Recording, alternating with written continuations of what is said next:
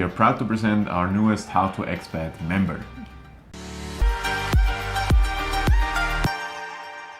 Let us introduce you to our newest How to Expat member, Coco. So we adopted Coco a couple of months ago, and Tasha will now tell you how we adopted it and how the process really was. So as Sam already mentioned, I'll talk about the whole adoption process and how we picked Coco in the first place and all that kind of stuff. So let's start where we adopted Coco and how we found him or the institution where we adopted him. So the thing is, we always knew that we wanted to have a dog, even back in Switzerland. But working so many hours and not really having a lot of free time doesn't make any sense to have a dog. I mean, we don't want to have a dog to stay at home the whole time. That makes no sense for us. So coming to Colombia, we first had to settle, and that took a long time too, like just to get to know the culture and everything, and if it's possible to have a dog.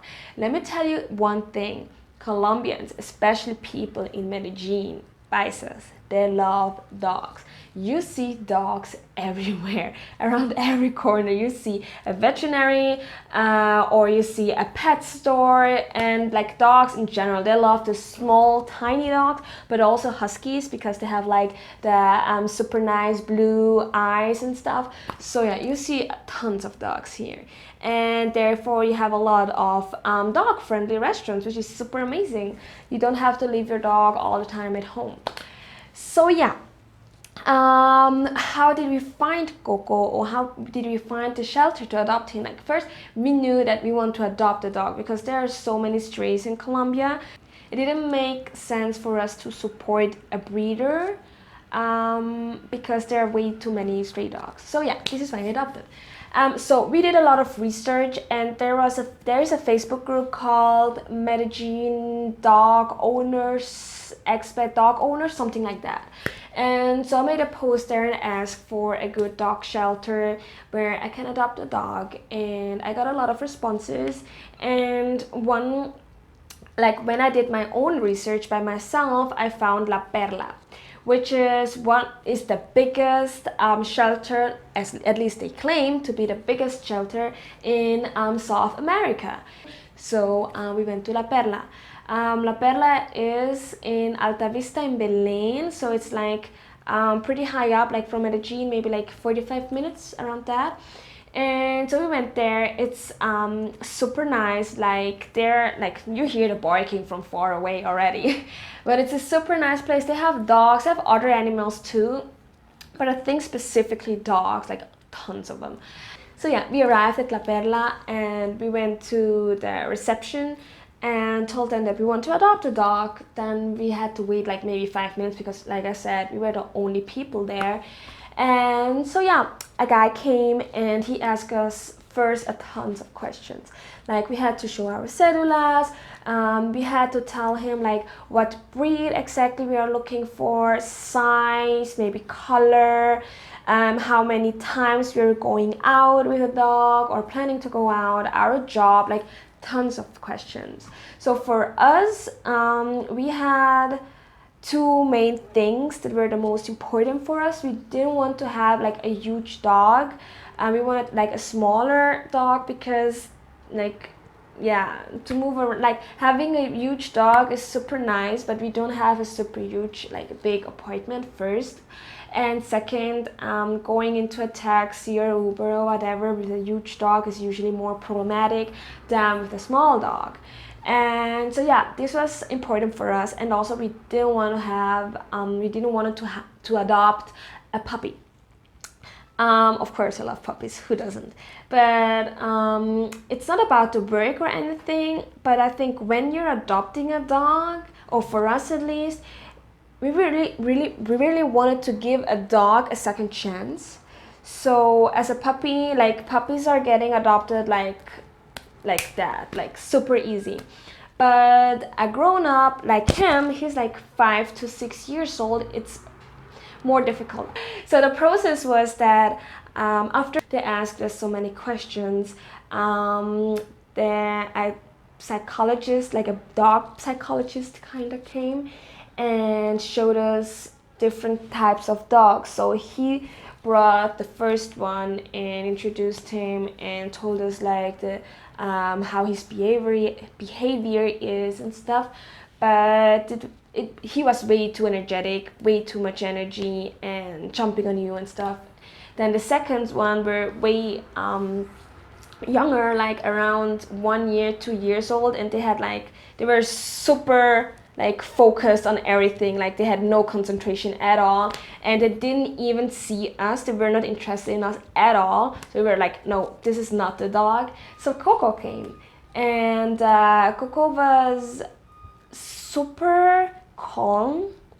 He wasn't afraid at all. When you like made some noise or anything like to get his attention, he was like immediately like, what is going on? Yeah, here I am and stuff. So this was super cool, and I was like, okay, this is the dog. But Swiss people, of course, we don't just decide by emotions. We really wanted to make sure this is not a bias because he's the first dog that we really liked.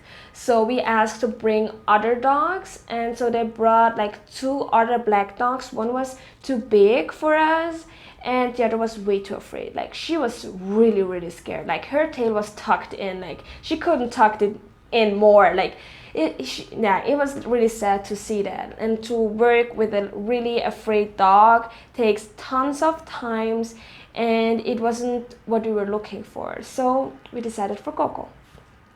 What happened next?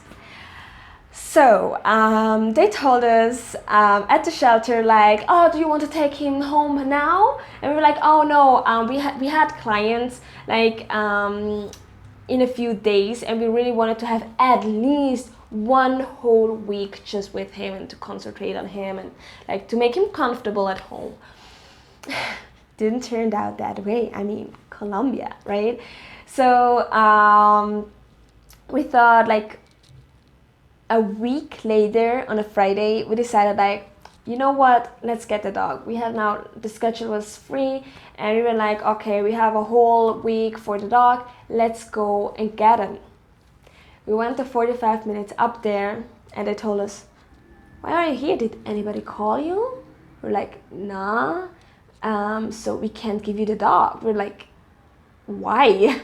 So they said that they first had to clean, like they're first cleaning the dogs, and what they mean by that is not like, I don't know, like washing the dogs, but from the interior. What they mean is like they get anesthesia and cleaning teeth, and I don't know what, like in specific, I can't tell you everything, but they cleaned his teeth and like just exams and whatever. So they were like, we can't give you the dog. And the last time it sounded like you can have the dog whenever you want to. So like, okay, what should we do? We have to wait for a call. So we had to wait like 2 weeks. And to be honest, 2 weeks is not a long time, but for me it was like 2 years. It felt like 2 years for me personally. But yeah, so 2 weeks later, they offered to bring him to us where we are staying, which was amazing because 45 minutes to go up again was a hassle. So that was perfect. But on the day they had time, we had a client. So what did we do? It was Valentine's Day, by the way. So he was a Valentine's gift. So I stayed at home and Sam went out with a client. And so the guy came, and he brought the dog and was like, I didn't know what to expect, like how the process is. So he came with the dog and he asked me if he can come up. So he came up, and I had to sign like 4 documents saying that I agree on what the documents say, and like I really don't want to put I will not put the dog on the streets again. He's not gonna be a stray dog anymore and stuff. And so yeah, after I signed everything, they gave me a document, actually 2, but one of those was this. And this is like saying, it's like basic stuff you should know when getting a dog. Like we knew that all, but I think it's great that they're doing this. So like they have, for example, signs what it means when a dog's doing certain things, like tail wagging, barking, whatever. And also they have like recommendations for what kind of kibbles you should feed and all this kind of stuff, which is amazing. And also they gave us this one, the carnet of the vaccination. So you have all the vaccinations inside here. So they were all recently done. And also like desparasitación, parasites vaccinations. I don't know how to say it in English, but you know what I mean. So yeah, which was amazing. So we had everything. So what he told me is that there's a possibility that they will call us and will come to check on our home, like if he's in the right environment. Like he already saw our home, but just to check on the dog specifically, just to see if he's fine, if he's doing good, if he's healthy, and yeah, if there's any signs of mistreating the dog or whatever. So yeah, that was pretty much it. They took a picture before he left, and that was it. Last but not least, some basic information. Every dog that you adopt at La Perla will come spayed or neutered, which is a must. They will not give you any dog which is not, unless it's a puppy, because like they can't spay and nurture them when they're too young. But other than that, they even offer to do it when he's old enough, to do it for you for free. So which is amazing. Then what else? The whole adoption was for free.